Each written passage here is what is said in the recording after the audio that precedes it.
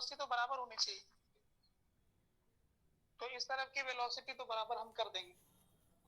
तो v cos theta vb cos theta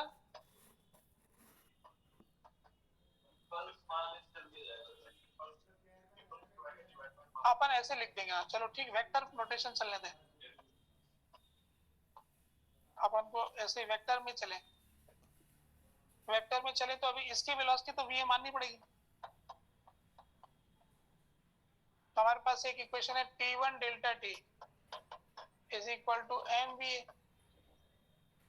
ठीक है, इसको vc बोल देते हैं, mvc।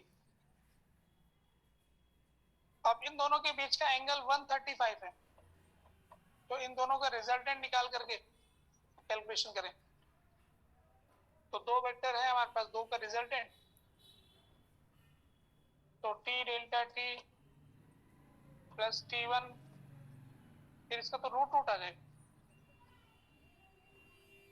रूट में जाना चाह रहे हैं।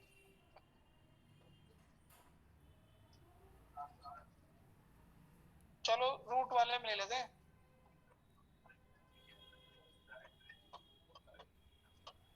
हाँ चलो एक बार ऐसे देख लेते हैं जो भी कहना चाह रहे हैं।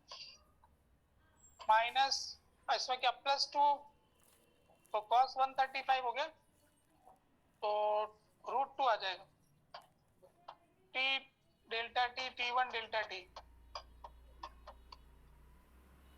Is equal to m into pb हो जाएगा।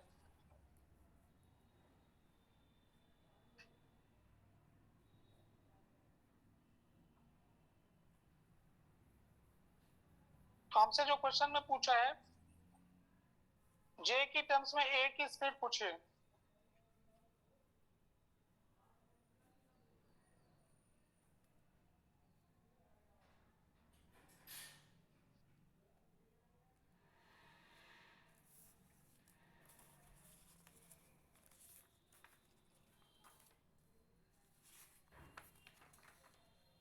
कंस्टेंट अभी कंस्टेंट की इक्वेशन रह रही है।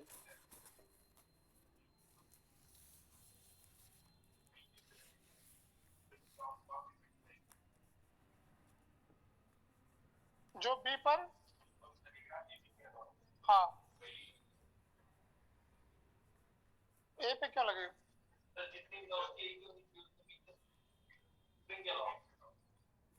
इधर वाली स्ट्रिंग सेलेक्ट कर सकती है ना,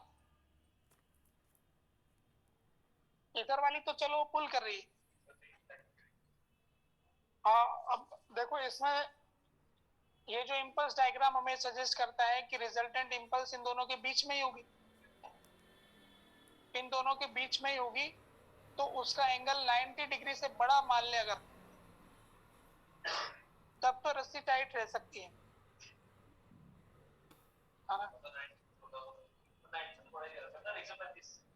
हाँ ये 135 है, तो इनका रिजल्टेंट तो इनके बीच में कहीं आएगा।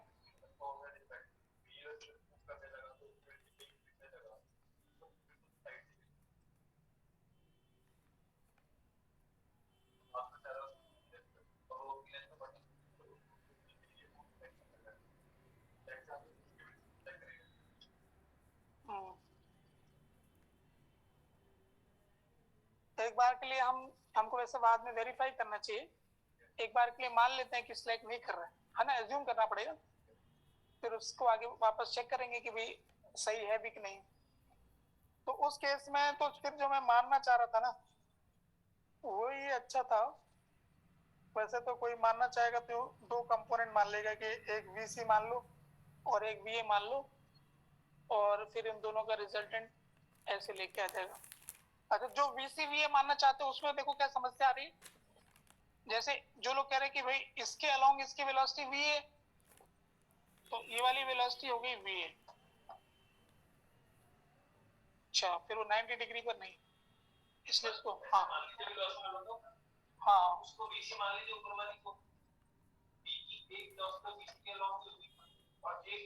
अच्छा ऐसा नहीं करते हैं, ठीक है मेरे समझ में आ गया, ऐसा ना करें, ऐसा करते हैं वीएक्स और वीवाई मानते हैं।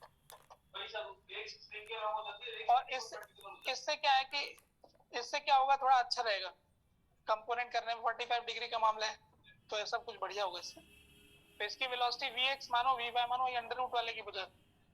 अब मैं इक्वेशन लिखता हूँ इधर, तो एक इक्वेशन तो ये हो जाएगी कि vx is equal to va, vx va के बराबर हो गया, और vc इज इक्वल टू, ये दोनों का 45 डिग्री होगा ना, तो ये आ जाएगा vx plus vy upon root two, तो रूट टू इधर आ गया,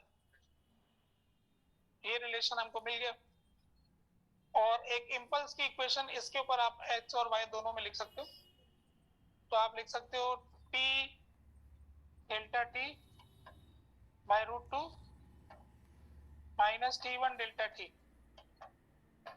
इज इक्वल टू mvx, इस तरफ, और इस तरफ t delta t by root two mvy, और बाकी वो दो इक्वेशन है, ये वाली इक्वेशन मिटा दो भले।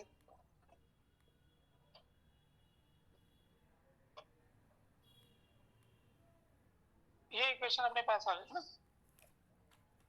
अब इसमें से आप इसको हटाने का मामला करना, अपन को क्या क्या निकालना है, तो VA VB VC निकालना है ना J की टर्म्स।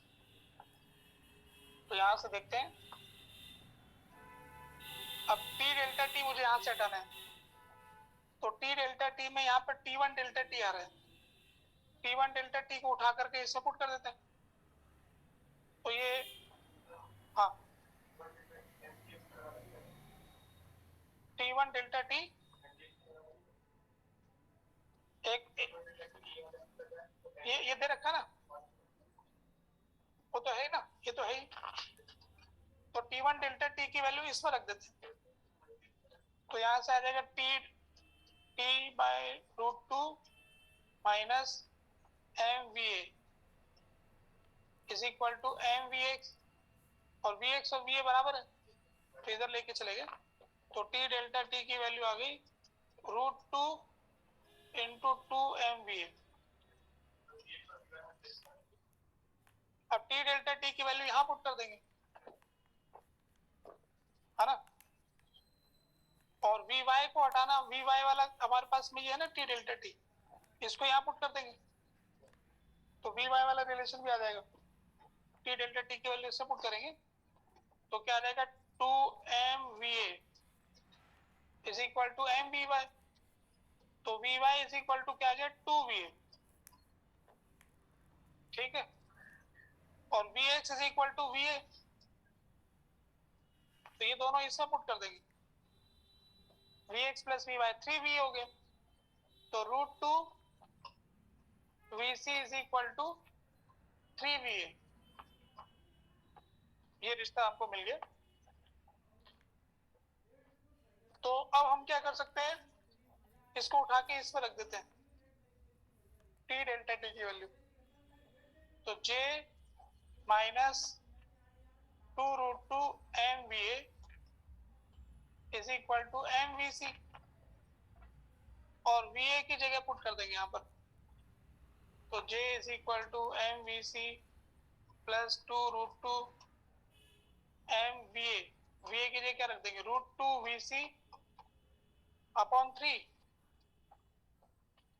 तो ये हो जाएगा 4/3 प्लस 3, तो 7/3 हो गया।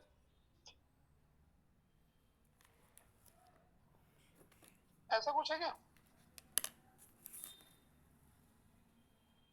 इससे आपको सबकी स्पीड मिल जाएगी।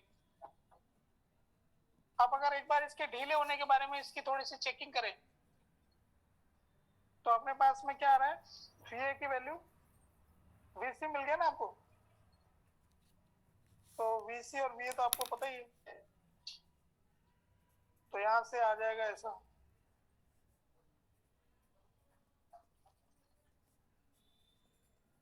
मैंने कहा कि ऐसा संभावना लग रही थी कि स्लैक हो सकता है, T1 डेल्टा T और T डेल्टा T का जो रिजल्टेंट है वो इन दोनों के बीच में कहीं आएगा, अगर वो 90 डिग्री से इस तरफ आ गया, है ना, पर अब अपन ने जब टाइट मान के सॉल्व किया, है ना, नहीं, अपन ने माना कि वो टाइट है, फिर उसे चेक करने से टाइट आ रहा है, असम्पशन तो सही।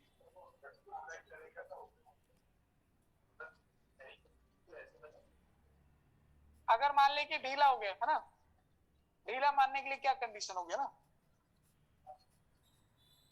अगर हम ढीला मान लें, अच्छा देखो उल्टा हो जाएगा। अगर हम ढीला मान लेंगे ना तो फिर उसके अंदर v उसी लाइन के अलोंग ही आएगा, तो इसका मतलब ये है कि t अपने आप ही ऐसे एडजस्ट होगा कि टाइट रहेगा। अगर उसको ढीला कर दिया तो ये जीरो हो गया इधर वाला t, तो उसका v फिर सीधा उस धागे के अलोंग हो जाएगा, और जैसे धागे के अलोंग हो जाएगा तो इसका कंपोनेंट स्ट्रिंग के अलोंग आ जाएगा, तो फिर वो ढीला रह नहीं पाएगा, इसलिए ढीला वाला असम्पशन फेल हो जाएगा, तो टाइट वाला ही चलेगा।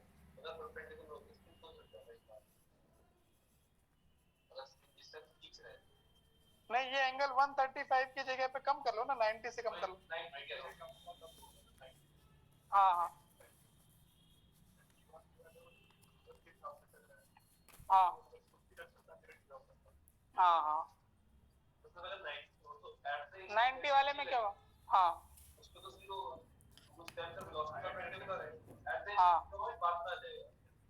हाँ हाँ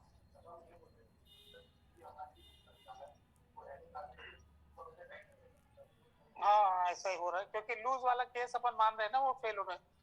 माना कि लूज हो रहा है, तो लूज हो रहा है तो बी का वेलोसिटी स्ट्रिंग के लॉन्ग आ गया, फिर उसका कंपोनेंट एक ए के लॉन्ग आ गया, तो इसको टाइट होना पड़ेगा, माना कि लूज वाला कंडीशन लगेगा नहीं।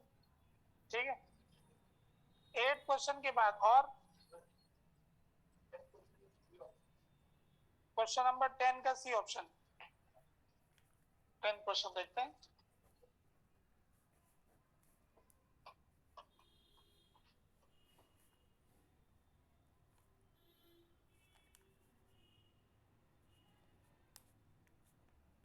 क्वेश्चन में दे रखा है कि यूनिफॉर्म सॉलिड स्फीयर है, सिलेंडर है, जिसका मास m, रेडियस r, जिसकी लेंथ l, जो कि रफ सरफेस पर रखा है, जिसको पुल किया जा रहा है एक हॉरिजॉन्टल फोर्स है जो इसके टॉप के ऊपर लग रहा है, जैसा कि टॉप व्यू में दिखा रखा है। थोड़ा सा टेढ़ा हो गया मतलब मामला,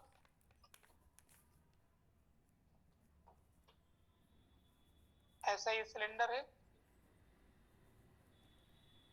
और फोर्स इसके ऊपर ऐसा लग रहा है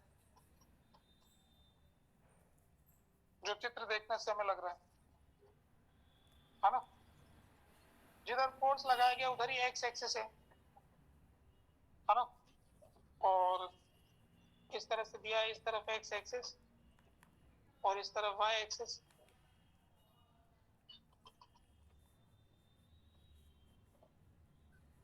तो अब इसका सी वाला ऑप्शन हमसे पूछा है ना,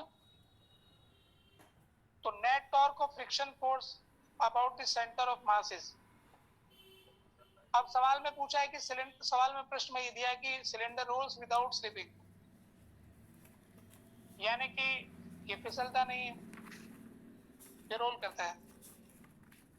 तो अब इसके अंदर क्या हो रहा है कि ये जो फ्रिक्शन फोर्स है ना, अपना जो फोर्स है उसका जो टॉर्क आ रहा है वो दो एक्सिस के अबाउट आ रहा है। ये वाली जो जेड एक्सिस है ना, एक्स वाई जेड, तो इसका टॉर्क कैसे अंदर की तरफ जा रहा है, एफ आर, एक एफ आर टॉर्क है जो इस एक्सिस के अबाउट है,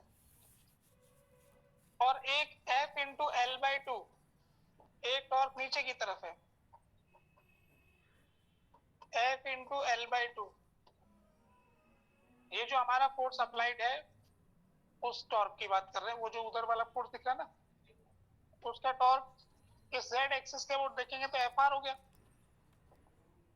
और वाई एक्सिस के अबाउट देखेंगे तो एफ एल बाई टू हो गया जो नीचे की तरफ आ रहा है। ठीक है, तो हम ये समझते हैं कि इसने ऐसे